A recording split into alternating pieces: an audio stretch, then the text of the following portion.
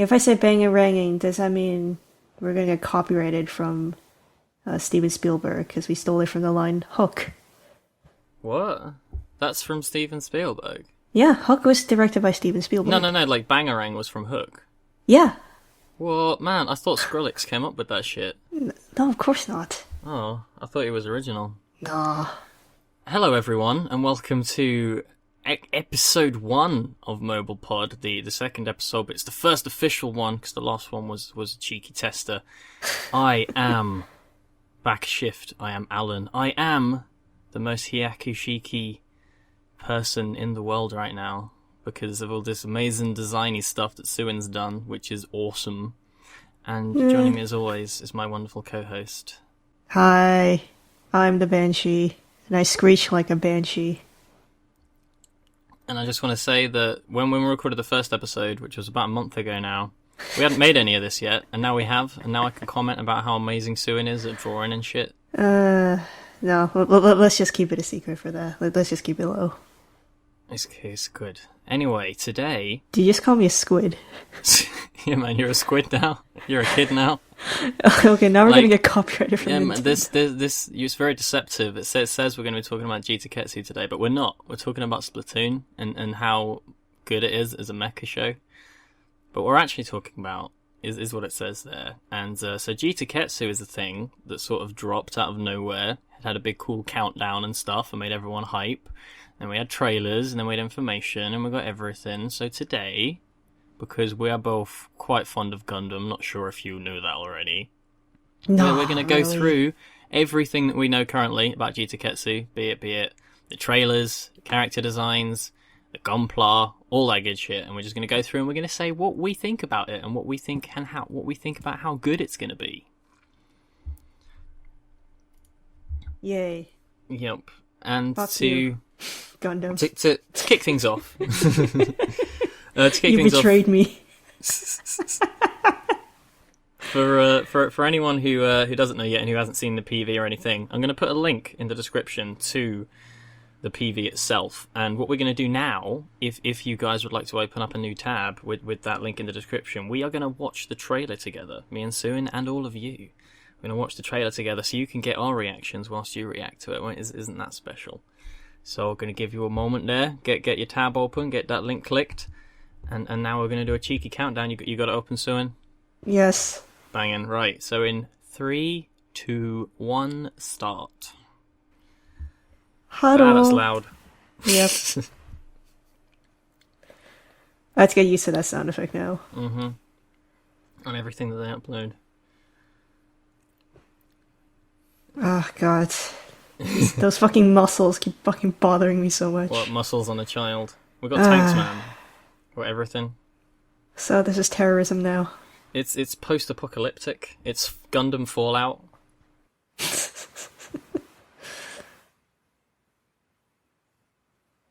What kind of guy pilots a fucking mech without a shirt on? I definitely like all the world design and stuff they got going on. So I have a lot to say There's the guy with the ridiculous hair. God.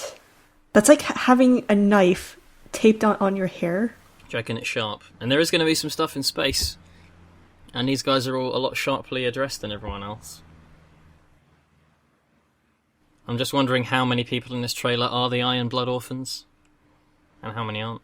I like her design at least. The blonde one. She's cool. Digging the music. I think that's the only positive thing I have from this. Yeah, the music in the trailer is awesome. And this guy looks like fucking Wootbit. Wutabito. Wutobito-san. Oh god, oh god. We'll get onto this one. God, this fucking design. Do you like how the protagonist has like a hand-me-down jacket? I like how this fucking Gundam looks like a freaking Ronin. And the logo's fucking cool, let's be real. I guess. I'm a graphic design student and I don't Hey. So that's the trailer. We didn't really put much meaningful insight into that as we were watching it. It's just me quick. shitting on it. Yep. So we're gonna move on now, and the first thing we want to talk about is just our kind of general thoughts and expectations about what the series is going to be like, how good it's going to be, and how it's going to sort of sit in with everything in terms of Gundam. So why don't you kick us off, Sooin? So, as you can tell by the tone of my voice, I am not too hyped about this.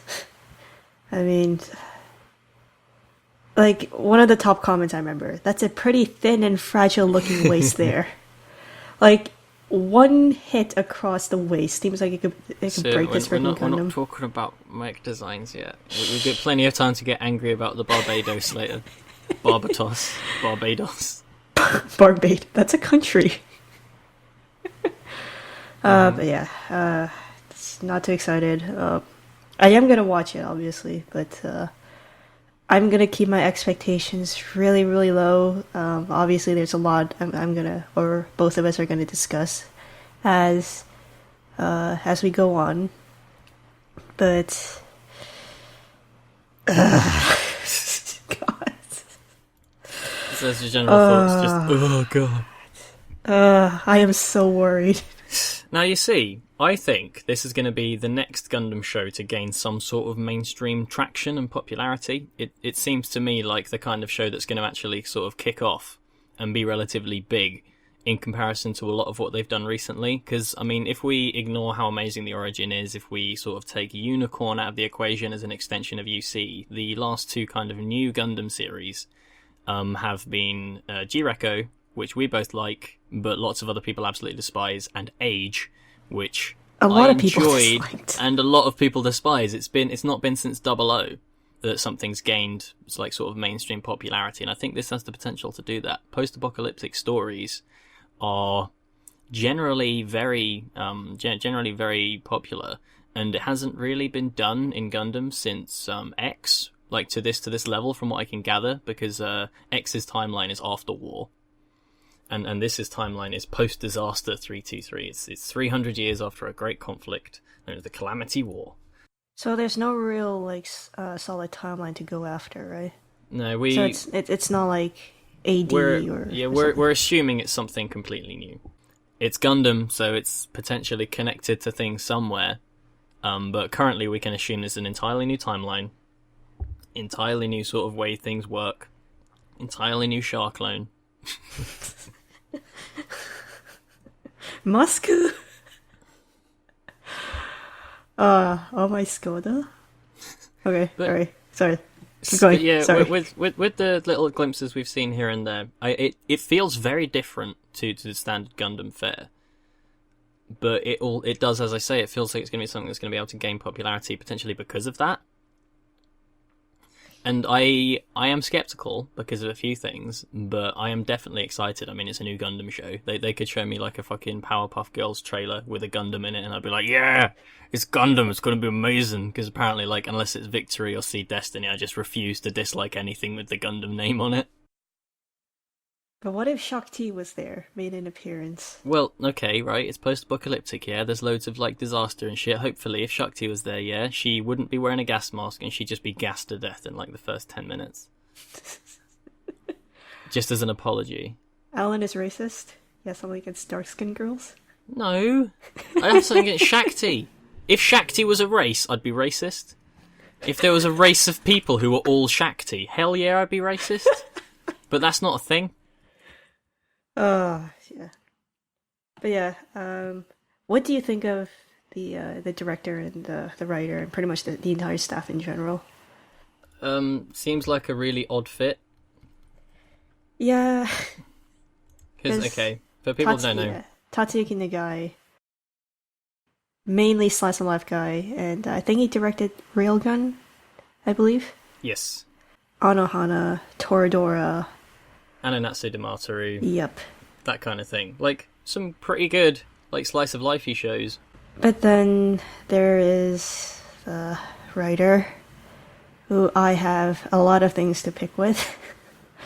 So, in case that you are not sure, Mario Okada, the designated writer for G-Tekketsu, is one of the most prominent writers in the anime industry. Mm-hmm. However, she is responsible for some of the worst adaptations I've ever gazed my eyes with. What are you saying about Kodomono Jikan, alright? How are you hating on Kodomono Jikan? Yeah, Kodomo Jikan. It must have been. It's one of the very few anime that made me feel genuinely uncomfortable with what I was watching. But I And mean, considering, we're all anime fans, and we're all like relatively accustomed to seeing some weird stuff. yeah, I'd say that much. Yeah, and there's Kodomo no Jikan that takes it to the next level. Hmm. And she was also responsible for, oh god, I'm gonna have a field day. Darker Than Black Season 2, specifically. Yes, not Season 1, that was done by someone else. So this is all her fault. Aquarion Evil. Black Rock Shooter. AKB48. And I don't know how many Kenshin fans are out there, but she also did the remake of the Kyoto arc of Rurouni Kenshin, and in case you didn't know, the Kyoto arc is considered to be the best arc out of Kenshin. But also ignoring the fact that she had done a lot of ridiculously good stuff as well. We've got Hanasaka Aroha. We've got, what's it called? Nagino Asakara. Nagino Asakara, Fishni. yeah, and Whitcross. But whilst there are loads of shows from Nagai and Okada that I genuinely love, even though there are some I don't like from them, they've never really worked on a mecha show before. Definitely not something like this. Like, I haven't even, like, from anything that they've worked on. There's so few things that they've done that I can be like, okay, their skills from that could be applied to this or whatever, because whilst you can say someone's just a universally good writer or director, there are limits, and because these people have only shown skills in one department so far, it's going to be interesting to see how they're going to apply that to this. Well, the thing about Mari Okada is, like, she's done a lot of things. Like, she's done Blasted Tempest, and I think the closest she's done regarding a mech was, I don't know if you heard of a show called Sooin. It's a 2006, I think, show done by Studio Dean. Yeah, I've heard of it. Just yeah, I think she wrote like, seen it. I think she wrote like 9 episodes or something. She wrote a good chunk of it, but that was good. But that was one of the very few ones where she was actually okay with. Yeah, the only thing from Okada that's relevant for me that I've seen is a show called M3, the Dark Metal, which is kind of, I don't know what to think. Like, it's a show, it's a mecha series, like, with a really kind of dark and sinister setting. And it had a lot of brilliant ideas, but I found it so fucking boring.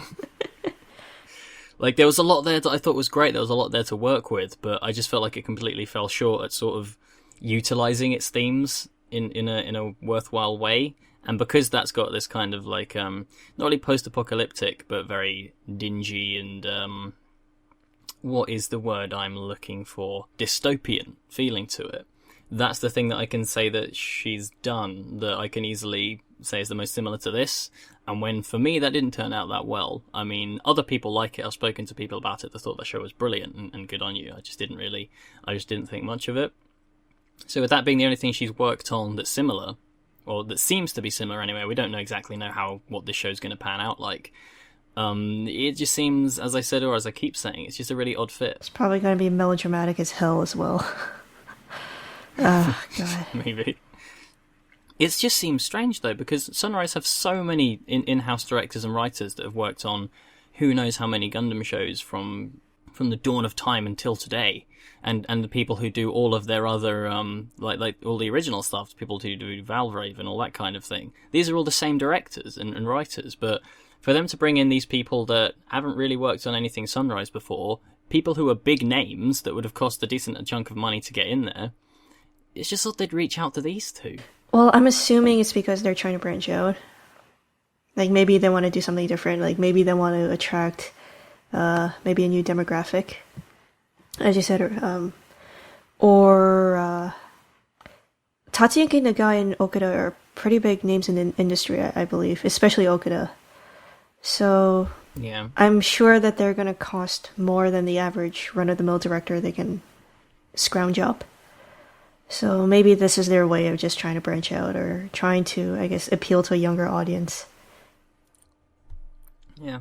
I think that the big plus point off of them, both of them being involved, though, is that they've worked together before to great success. So they are definitely going to be able to, I guess, put the right team dynamic in for production. And I'm definitely not, like, worried particularly, because I feel like they are going to be able to pull it off. I'm just unsure as to how it's going to go, because I think they're definitely more than capable. God. But like the thing with mechs in general is that the world itself is so expansive, because one of the things about slice of life is you have a lot of leeway. Like you have a relatively small world. You can focus on a core cast of characters. But then like the problem with mechs in general is because there's space involved, that's seen in the trailer. There's a huge cast. Like you have to develop an entire military basically. So they have their work cut out. And I guess the good part is they have 50 episodes, or I'm assuming 50 to work with. Yeah, I'm guessing it's going to be what they've done with though they didn't do it with Age, with Double O and with G-Reco that got cut short. I'm assuming it got cut short. No, they were planning on doing 50 wait, Double O episodes. was split into seasons. Yeah, exactly. I'm thinking they'll probably do it like that. Like, they'll do a 25 and then another 25 after gauging popularity. I honestly think it's strange that Age got its full 50 confirmed right off the bat. But I think, with Age, it's probably because they were targeting it towards a younger demographic, trying to bring in new people. Wait, wasn't Age actually cut off? Because it didn't have 50 episodes, I remember. It didn't. It had like 47 or something. Did it not? That's why everything was it was just almost basically there. breakneck speed. It's, slightly cut off then, because, you can't look at it like something like frickin' X, which got cut off like 20 odd episodes early. Or even the first season, I believe, got cut off by a decent chunk. That's why it only has like 43 episodes or something. But I don't know what to think, but I'm definitely excited. I definitely think there's a lot of I potential. wouldn't say that I'm excited particularly, but I'll be skeptical for sure. I'm just gonna be like a giant asshat just watching this. I'm gonna be like, why the fuck is this here? Why is this character acting this way? Or you're gonna watch the first episode and you're gonna be like, hang about, this is fucking amazing. I was wrong. I highly doubt that, but I'll try to be open-minded. Emphasis on try. I'm just really intrigued because it seems like they're going in a different direction from what they've done with Gundam a lot, and because it's not UC, it's a completely new thing. They're free to go in whatever direction they want to, and from what we've seen so far, the world that they've shown through like the trailers and the synopses and stuff, it seems like there's a lot that can go on. There's a lot to work with, and there's a lot of interesting directions they could go. But it's all up in the air at the minute, I guess. We'll have to wait and see. Shall we move on then? Yes. And we're going to talk about the thing that I can probably agree with you with your general disdain. We're going to talk about the character designs that we've been shown so far. That you will see some of on the screen right now. Let's talk about the protagonist, shall we? God. Mr. August Mikazuki. August. Yeah, I don't know how old he is. I'm assuming he's around between 14 to 16. Kids around that age should not have muscles that big. I do not care. Kids are not that muscular. I am telling you right now from an anatomical perspective. When I was in school, when I was like 15, there was a kid who was proper ripped and it was proper weird. It's possible. And he is an Iron Blood orphan. We don't even know what iron-blooded orphan means. I'm assuming an Iron Blood orphan is basically refers to people from after, like people that were born after the disaster. I'm not completely sure. So I'm assuming they're what like the state of the world is. This version's new type or something. Well, yeah. What I kind of thought, like we didn't see any presence of like gas masks or anything like that. But if there was kind of a fallout or something, and like maybe the Iron Blood orphans are the people who can survive in the new environment. Because when they did a big pan out to show from the space faction, and you see the world from a distance and how fucked up it looks, I'd say that's possible in some regards. I guess, but God, you mentioned earlier how you feel like this is going to be mainstream, right? I don't think it's going to be relatively mainstream. popular. Yeah, I think it's going to be the next Gundam series to actually... Because the thing is, there are Gundam series that are there for Gundam fans. I think this is a Gundam series that is there for everyone. See, like, I can't really bring myself to agree with that necessarily, because these designs, a lot of them look really outdated. Like, the guy with the ADHD hair, the white-haired guy, like, he's relative, he's fine. But I think he looks pretty swag, to be honest, aside but from the that guy, ridiculous but bit on his there's a character in forehead. there who looks like Guts.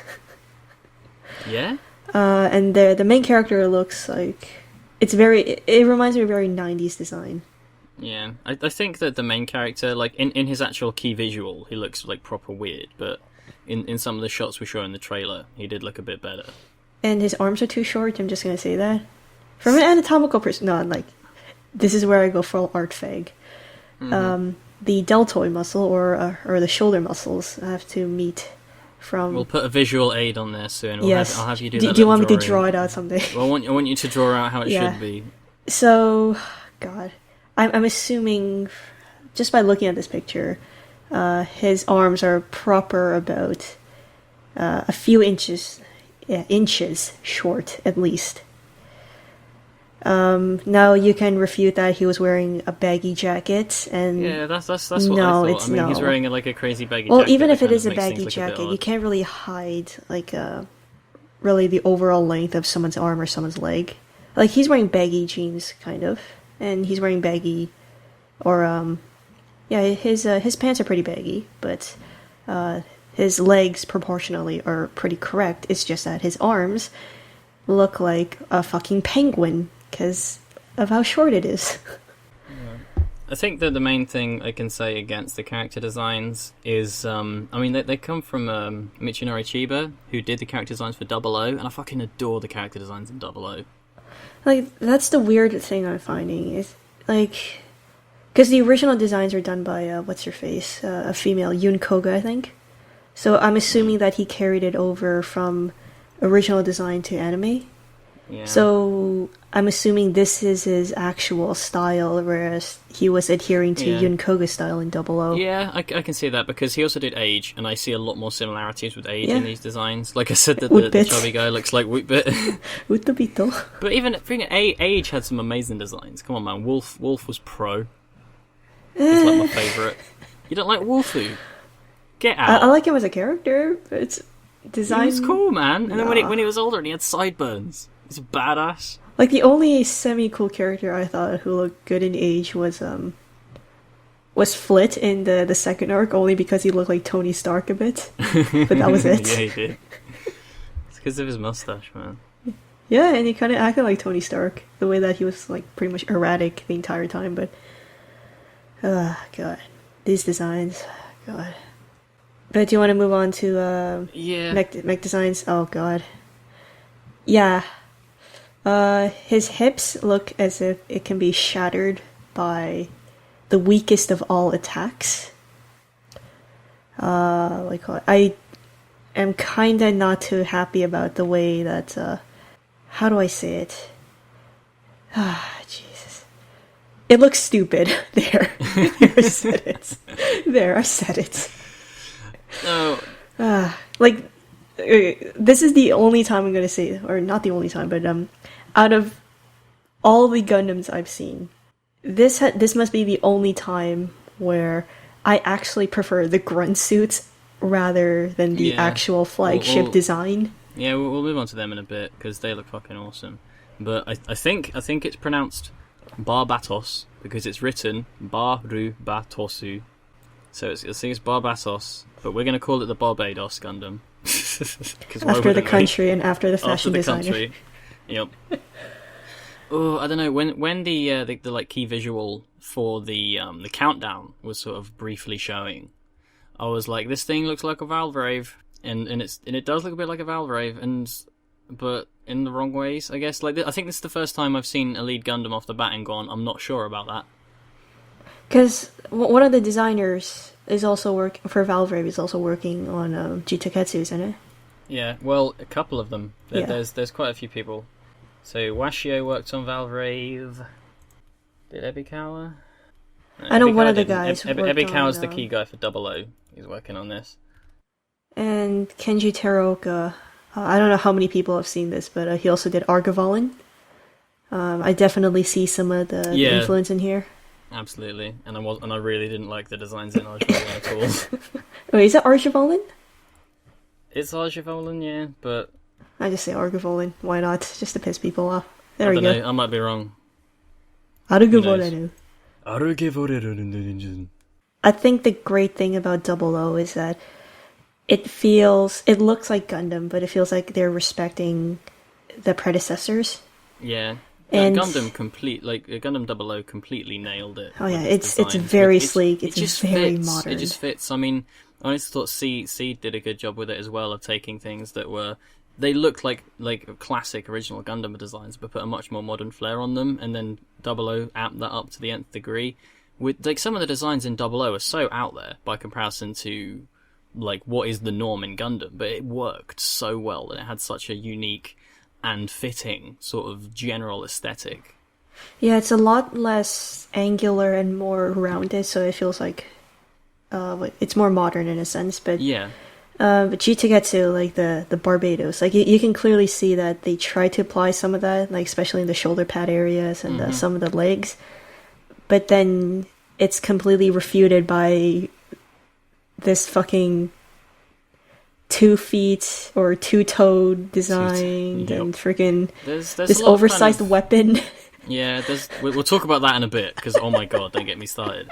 But I think the design itself, like the core is there for what could be an interesting and cool design, and it might honestly grow on me as we watch the series. But it feels like in some regards, I'm not sure if you'd agree that it's kind of over designed. Like the fact that they've added the fins on the knees around like on the waist and stuff like that. The fact that the fins on the chest are angled. It's edgy as fuck is how I would describe this thing. Yeah, it feels like what they've done was they went to the drawing board and whoever was the original designer just drew it and then piled crap on top of crap on top of crap on top of crap and just didn't know when to stop. And the thing is, this is the first design. This is the thing that's meant to be kind of the base structure, and then they'll get like additional things thereon. Like, I mean, let's talk about G-Reco and how when we first saw the G-Self, I quite liked it. You weren't the biggest fan. But then just what they did in the series was great with all the add-ons and stuff and what they did to change its colour and all that. And I adore the G-Self now. Yeah, because the add-ons actually made it look less like a toy. Yeah, that was your initial problem. Yeah. I just love how rounded that thing was and how it very much just looked like a standard lead Gundam, but with its own sort of twist, and how it didn't use the standard colours. It had a more sort of pastelic blue. Like, it's a very friendly looking Gundam. I think that was the main thing, my main problem with it. It doesn't look intimidating. And this very much does. It looks like a Valve Rave. It looks like a Gundam Valve Rave, is how I would describe it. But as I said before, I think the Valve Rave designs are pretty gorgeous. So much better. And just this looks like they've basically taken the designs from Valve Rave, mixed them in with a Gundam aesthetic, and it doesn't really work that well. But I don't hate it. The only thing I hate about it is the waist. Everything else I can kind of get behind to some degree. Even the shoulder pads, which look completely different to what we're used to. But I think, as with lots of things like this, it's a case of this is different, this is strange, and until I get used to it, I'm not going to be too fond of it. But that hasn't been the case for me with any sort of introductory lead Gundams. I mean, for Christ's sake, look at the Exia.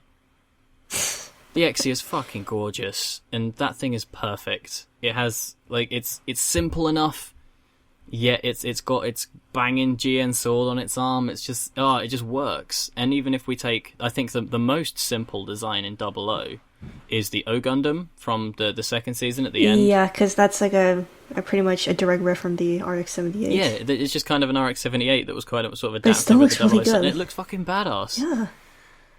And this it's just, there's just too much going on in various places. I just look at it and I'm like, that just should kind of stop there. I think the sheer amount of visible inner frame, it makes it look a lot brittle or weak. And when we're going to discuss the inner frame in a bit, when we go over some of the model kits. But I think what could potentially happen with how, because it looks quite like all of the armor looks very detachable.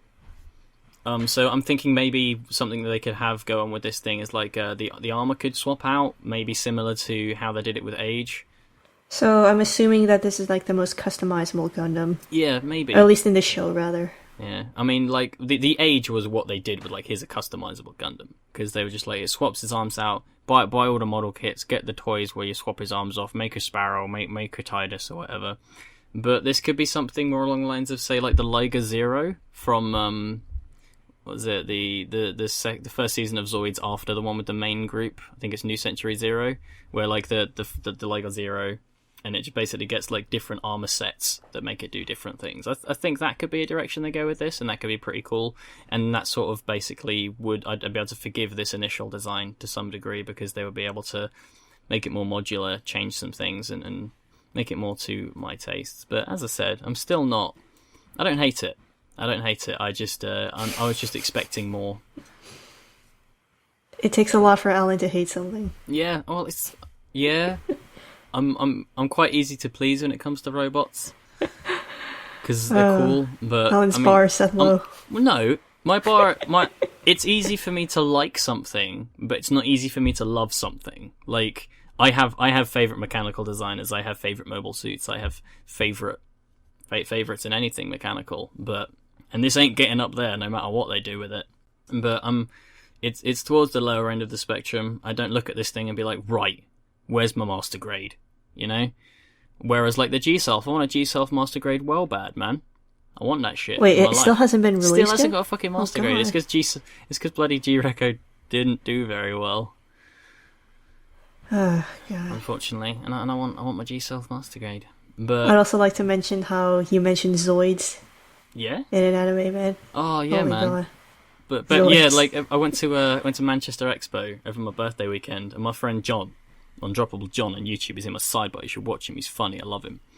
And we've been trying to get him into Gunpla for ages, and he's basically like, nah, man, I'm gonna get my gun sniper, my Zoids gun sniper. I'll build that, and he did, and he bought it at Manchester Expo. And I was just like, oh, I want to get back into Zoids so bad, because that thing is pro. It's just this little dinosaur with like 1 billion guns on it. Oh, so good. But anyway, the other design that we actually have a key visual of is the main grunt suit, which is the greys, which I think looks fucking amazing. I love it. I love it to pieces. I love everything about it. Yeah, design itself, it looks a lot more composed. It's a lot more, feels a lot more complete. It just I think works. that's my big gripe with Barbados. Like, Yeah. it feels unfinished. It Yeah, feels I can get behind like that. it feels like it's been abandoned 3/4 of the way through, and they just worked on the Which is remainders ironic, with the really, grays. because we mention it looking over-designed, but it also doesn't feel finished. Actually, I know, dial back a second, actually. What do you think of its V-fin, the Barbados? It feels intrusive. Yeah, it's too big. It's too big. Speaking of big, that weapon though, Oh, yeah, completely forgot. it looks like a fucking club that anyone from the Flintstones would use. Yeah, I don't understand it, because let's think Because about... apparently it has a katana as well, which Yeah, okay, doesn't really make the sense. weapon loadout that we've seen so far of the Barbatos is we've got this massive fucking spear, bludgeon, morning star, it's like a mace, whatever you want to Yeah. call it. We've got a katana, a fucking katana, and like... It looks like Ichigo's bunk. Yeah, it does. And a fairly standard looking, pretty normal missile launcher, beam, bazooka thing. It seems like this show, from what we've discussed so far, it seems like it's going to be appealing to opposite spectrums rather than going around the mid ground more. So it's appealing to both extremities, but Okay, God. that mace, I don't know what they're doing with it. Like, if that's actually... If the purpose of that weapon is hit people with it, why? Why is it that big? And I think a better question is why do you need a mace when you also have a fucking katana with you? Probably because a katana's gonna do fucking nothing. Like, Beam sabers, though, man. Beam Exactly, sabers. just give him a fucking beam saber. Like, that works in the list of Maybe Gundam. wait, do they have the technology for beam sabers? At least in the PV that they showed? We don't know yet. But Okay, so could this maybe be this the might first be the Gundam first. series without beam sabers?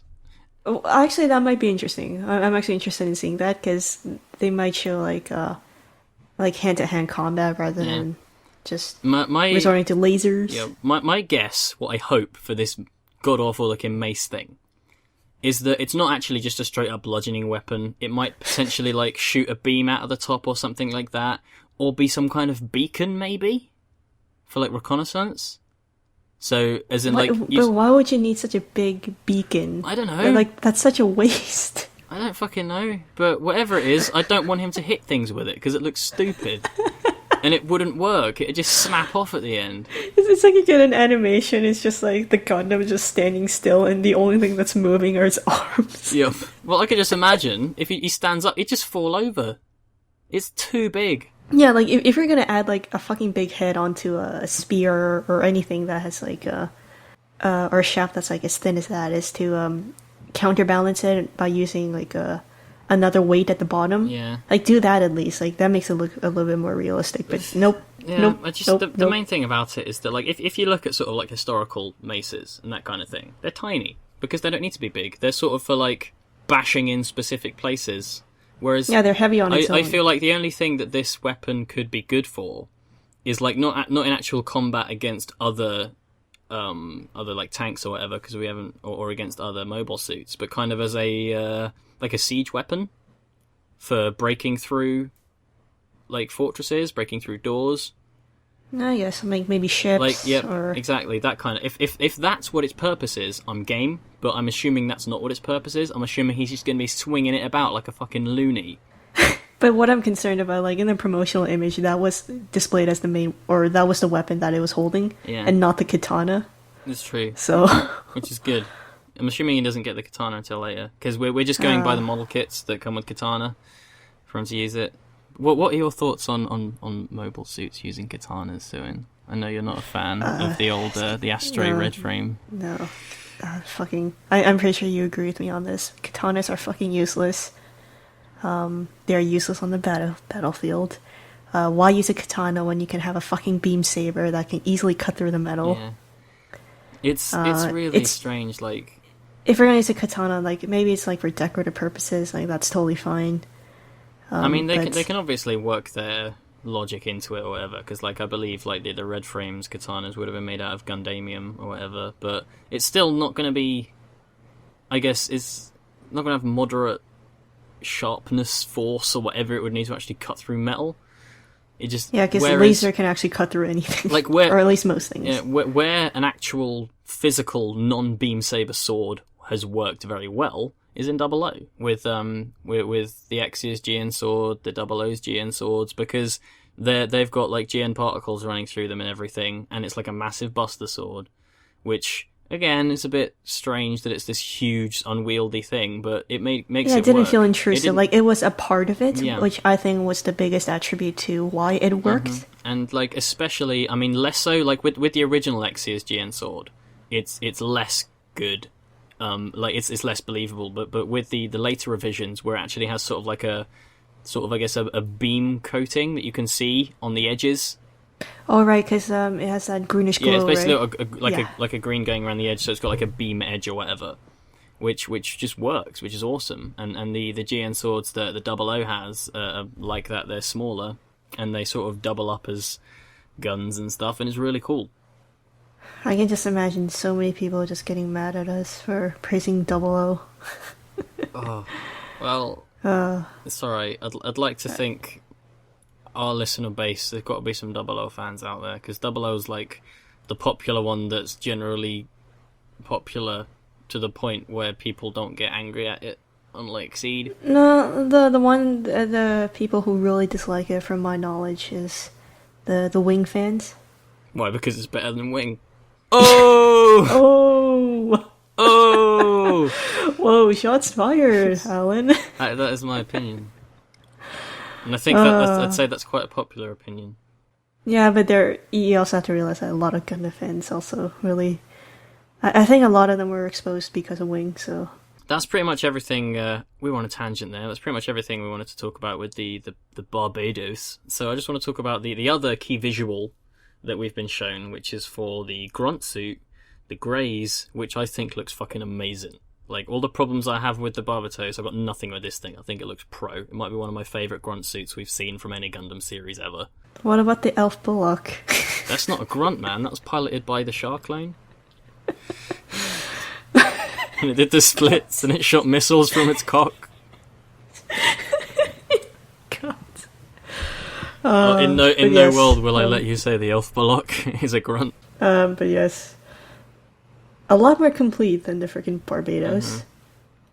A lot more sleek. It feels like a mobile suit rather than, as I said earlier, an intrusion. Yeah. Because this fits in right in with the setting. Absolutely. And this, the Barbados right here, feels like an elephant in the room. So we'll just drop this off right here. I mean, you mentioned to me before that you're not a fan of the colour. Why is that?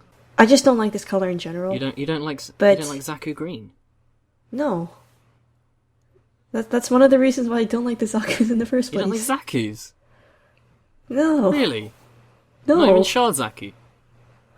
With this cheeky pink and red? No. Well, I like the Sinanju, but that's not Zaku, that's not a Zaku. But like, I usually don't like the one-eyed mobile suits in general. Mono eyes, man. They're good, man. What about Goofs? Do you like Goof? Do you like the Goof?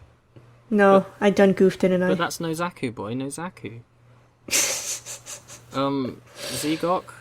No, I just don't like one-eyed Oh my mobile god. suits in general. Yeah. Did I just like break your world? Feddy scum, man. I'm sorry. I'm sorry that I have better taste. I'm joking. Right, I love Zaku's, whatever. But this thing, anyway.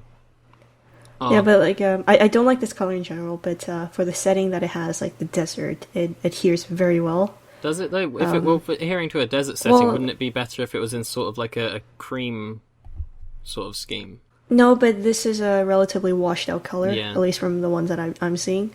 So this would adhere relatively well to a desert setting, or even better, a forest. Yeah, this works infinitely better. Not the Barbados. I think its legs look amazing. They remind me a lot of the Age 2. In some regards, but I love how the heels. Yeah, they're kind of a blocky, but you can see where all the joints work. You can see how it works. It feels very well armored, and it looks quite nimble. Like what I find incredible at this design is that it's quite slender, yet it does look very well armored and very well protected. Whereas, like the Barbatos, I just look at it and I'm just like, the proportions just don't work for me, whereas the proportions for this are spot on. And I think the heels as well, they remind me a little bit of Nagano, I think, to an extent. I mean... Do you get those vibes? Or maybe it's just like his fetish heels. I don't know, his heels are a lot more, I guess, extravagant. Well, they're a lot more... Yeah, like, but it's getting there, I think. Yeah, they're a bit higher than your standard Gundam heel. I'll give it that much. Ugh. Yeah, but the grave suit or the grunt suit. Graze. Like, I'm definitely getting 00 vibes from this one. Absolutely. Like sleek, but it's adhering very well to, or it's respecting the classics very well. Yeah. Alright, we're just gonna bash on the Barbados just relentlessly, aren't we? I think so. And it's just like, yeah, this is good compared to this abomination here. Here's how much I like this thing. We're talking about like comparing, say, the Barbatos to the Exia, which is just an appalling comparison. Unfair. It's just unfair. Just unfair. But I would be happy to say that I prefer the design of the greys to, say, the flags from 00, and I thought the flags were great. The flags are the one with the skinny legs, right? The flags were the very skinny aerial ones. Those ones are also mono-eyed, so I would hold a general dislike of them. Well, this thing's kind of mono-eyed, but it's more of like a screen than an actual eye. Oh yeah.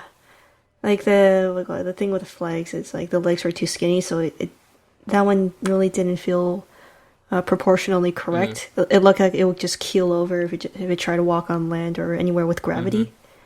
So it looked like purely a space. Well, it's not really space. Suit. I think that it was it's purely an aerial suit because they did a lot of flying around. I mean, they're called flags. Yeah, because they transform also as well, right? Yeah, they do. Yeah, into little planes. This one doesn't transform, right? The Graves. I assume not. Not sure what it transform into. If it transforms, then I'm all for it, honestly, because this design is pretty much... If it turned into a tank! Because we saw lots of tanks in the trailer, we don't have any key visuals for them. What do you think about those? The tanks I really didn't pay attention to, but... The main thing I got from the tanks is that there was a lot more of a focus on them than mobile suits. So it seems Actually, like mobile suits are going to be less of a commodity, I guess. So what I can assume is, like, we'll have the Barbatos come in there and just be, like, bashing loads of tanks in with his donkey mace. So it's going to be like Macross. Grays gets the thumbs from me. I adore it. I think it looks brilliant. And it looks Gundam. You know? It's got all of the pieces. the good old classic Gundam shoulder pads. It's got the side skirt armor. The hands look like Gundam. Everything about it does. Like, and that's not to say that I dislike the Barbatos because it doesn't look Gundam. I dislike it because it's a mess. And even with that, there are still things about it I do like. Yeah, like the color scheme, like where it's applied and such, like I like it. The Barbados specifically, like the blues here and the yellows, the yellow accents, like especially on the shoulder, the ends of the shoulder pads. Like that's a great place to put it. I think it's just that the design itself, it seems like very mismatched and very poorly assembled, which is a shame. But speaking of grays, what do you think of the blue version or the high mobility commander type one? Okay, we are going to move in to talk about Gunpla now, guys. Okay. Because the other images we have of anything else is all from Gunpla. But yeah, I like what they're doing with basically how they're doing color schemes with commander types and the grunts, with the grunts being green and the commander types being this blue thing, like they did in G-Reco with the Johannans when Klimanik got one and it was blue. And because I mean, back in like more original Gundam stuff, we had green and we had red for the command for like Char and everything, and then we had blue for the goof. And now they're putting like I see a lot of the goof in this in the commander type, mainly because they've added a very Zaku-ish like helmet to it. And I think the little additions they've made to it do definitely make it pop.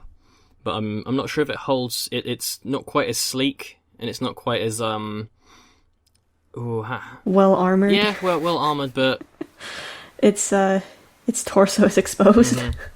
Well, this looks like a space suit. Well, the thing is, it's classified as the high mobility type. So I guess that I'm makes assuming sense because he's got like extra thrusters everywhere and less armor on places. So I guess and that makes sense. Like they've stripped away some of it, given it less weight to it, loaded it with thrusters.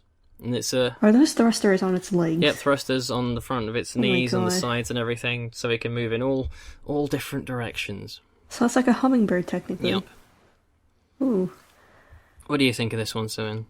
I still prefer the grays, maybe because of how proportionally accurate it is. I'm kind of anal on that one. This is still a grays. It's just a high mobility commander type grays. Well, the green one, yes, the green version.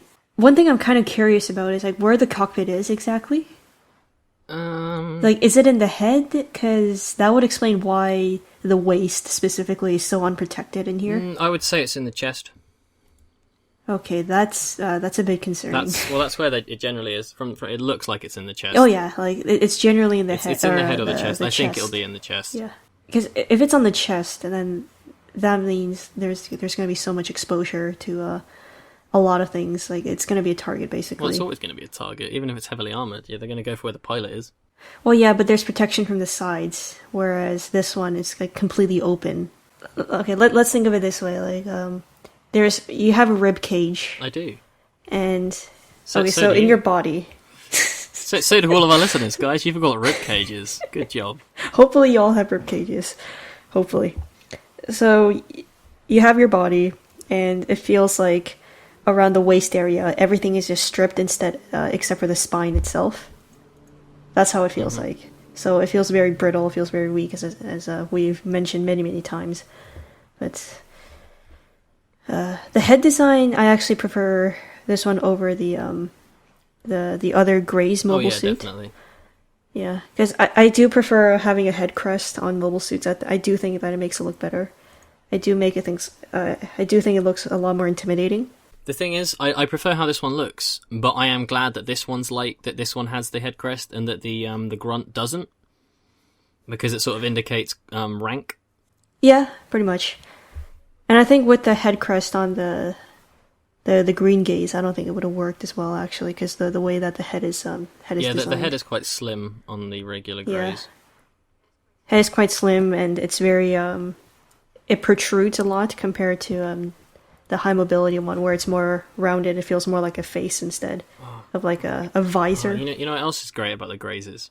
You know what they're armed with? What are they armed with? A beam rifle and a normal-sized axe. Yes! Those are good weapons. So not a mace. Not a mace that's 3 times taller than it is. No, so not a fucking katana. Not a fucking katana. We've got an axe, which looks like a perfectly reasonably sized axe that could do some decent damage, and we've got a bloody gun. So it doesn't go Bonkai mode. No.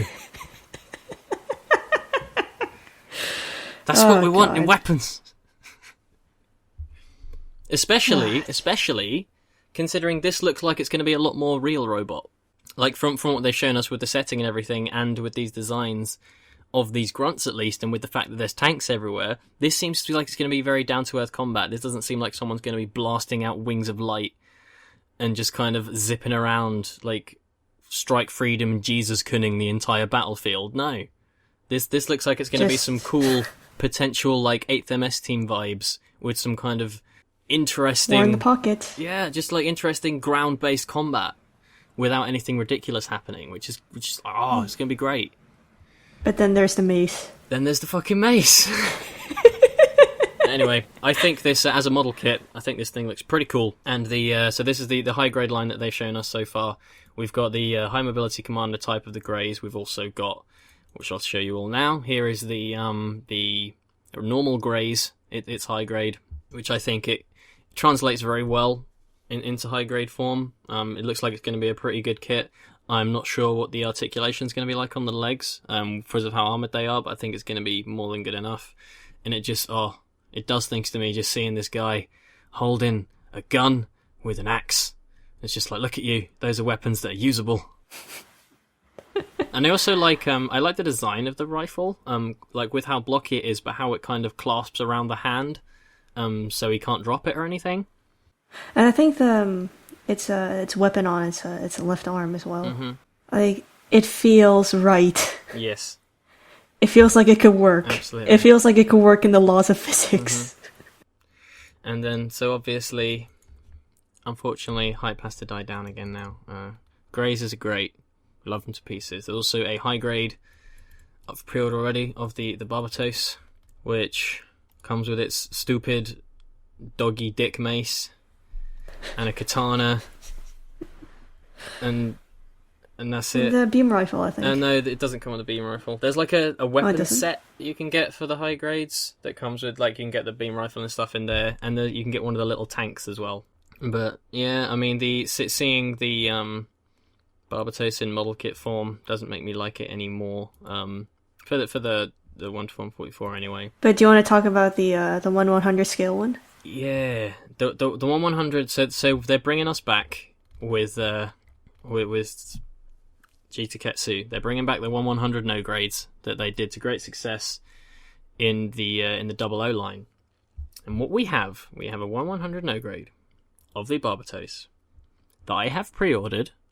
Yes, even though I said I didn't like what it looks like, I've pre-ordered this thing because it's got. Alain likes a lot of things. It's got a complete inner frame. So we'll show you the BakaShift inner frame now. It just works, man. When I look at the inner frame of this thing, if you showed me the inner frame of the BakaShift before putting anything on it, I'd be like, man, this is going to be a cool Gundam. You know what the sad part is? What? I prefer the inner frame to the actual Barbados itself. Yeah, I do too. Because it looks like it looks believable.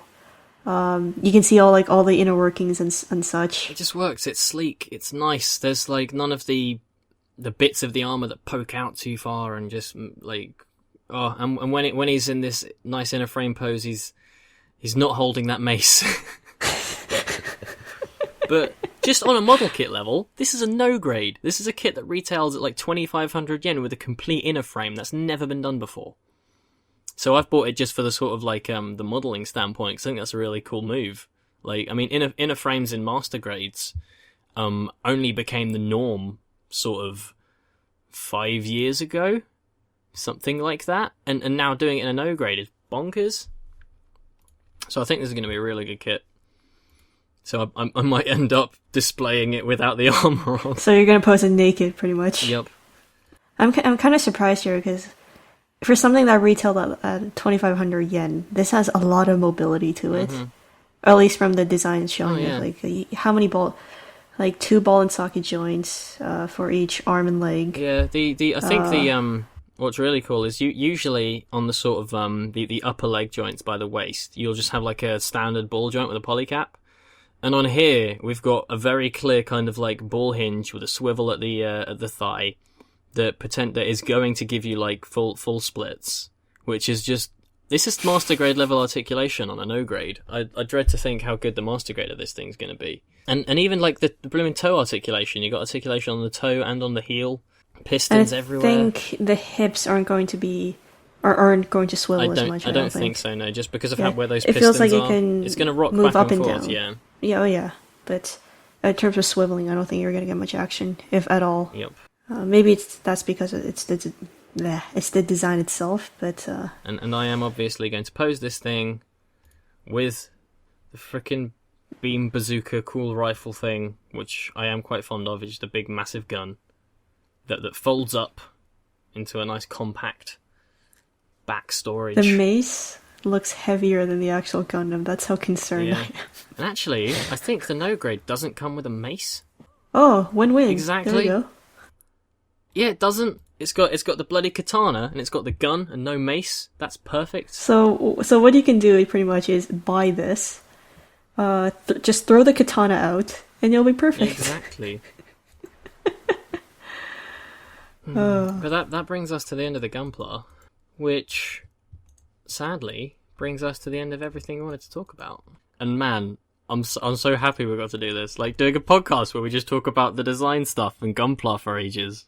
That's what I want. I think the fact that we're not just tied down to anime, we can actually talk about toys. Well, I think the main thing is whenever we do like if we were to do a discussion like this, exclusively on what we think the show's going to be like, we haven't got that much to work with, which is why we didn't put a huge amount of time into that part of the discussion. We put most of our time talking about the stuff that we can directly see, the stuff that's not going to change. And this one just added another facet to the discussion. Absolutely. So this is the kind of thing you can expect to hear from this podcast. We're going to talk about mechanical design a lot, so we will definitely give you visual aids when we do.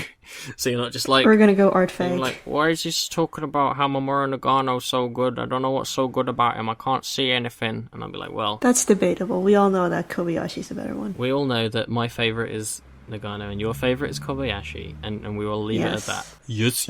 Our overall thoughts on G-Tekketsu. You want to go first, Alain? Yeah, sure. I am very, very excited. I think the setting has a lot of potential. I think there's a lot to work with. I think this is going to be a great series. It's going to be a very different series. It's going to be something new. It's going to be able to bring in some new Gundam fans. I think it's going to be able to appeal to what I love about Gundam, whilst also appealing to some different things as well. I'm definitely skeptical. I'm not sure why Nagai and Okada were chosen, but I think they're definitely going to be able to do a good job. Not a fan of the Barbatos currently, though it's not the worst design in the world, I guess. Get rid of its mace, and I'd have a lot less to say, not less bad things to say about it. But the grunt designs are awesome. The music in the trailer was great, and I'm looking forward to hopefully some really cool real robot action, the likes of which we haven't seen since, I don't know, Broken Blade, I think was the most recent real robot show that I can think of that like madly appealed to me. And I don't think it's going to have action on the level of Broken Blade, because Broken Blade was like, from an action standpoint, potentially like the best, potentially the best mecha series out there for action exclusively. Well, you haven't seen Akito the Exile. No, but, I've seen some of it, and that is pretty amazing. But I mean, it's different, because I mean, Akito the Exile's action is all like crazy fast paced and ridiculously choreographed, whereas I think Broken Blade's main appeal, it's more grounded, I guess. It comes from like really like high detail and just how much weight and impact everything has. In battle. Akito the Exile has that too. Yeah, well, we'll see, and we'll do an episode about that once it's all out, I'm sure. Yay! So Sooin, what are your final thoughts and expectations? Unlike Alain, I am not nearly as excited about this. I am still going to watch it, because I have a big attachment to this franchise, and I still plan to prolong my fandom. Mm-hmm. However, I do have a lot of things that I think are just wrong in this, specifically the design of the Barbados. As I said earlier, I'm going to go into this with reasonably low expectations, but I guess on that standpoint, it also means that I can be pleasantly surprised as well. Mm-hmm. And Nagai is a perfectly capable guy, but it's just that he makes stuff that I particularly don't gravitate towards. Is he a perfectly capable Nagai?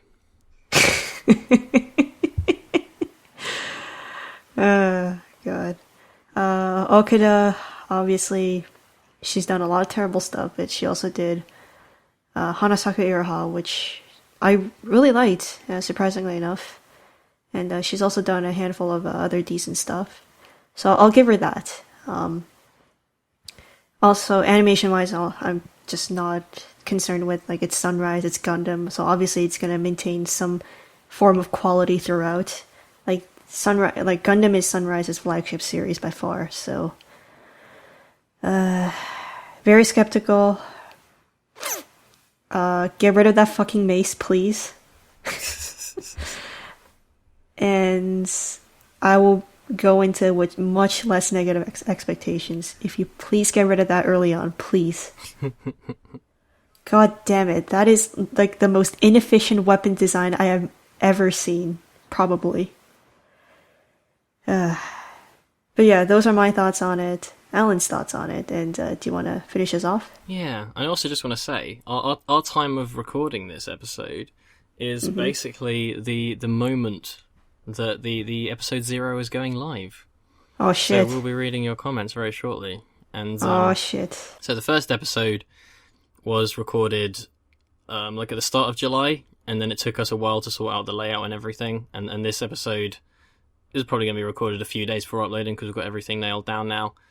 Let us know what you think and all that, and let us know if you're enjoying what we're doing, and we're planning on doing this monthly-ish. We've sort of discussed that, and I think that's going to work. You guys are not real Gundam fans. You guys are not real Gundam fans. You like Double O. You like Double O. Wow. You like G-Reco. You like H-Wang. So, from me, I has been BakaShift, the one and only man sitting in Mamoru Nagano's most shaznamal design, the Hyakishiki. You can find all of my social media links in the description. I have been joined by my wonderful and lovely co-host, who designed the wonderful and lovely layout, the pilot of the Banshee, Miss I Wish I Was Married a Cruise. Hi. I don't know what to say, but get rid of that fucking mace, please. Bye!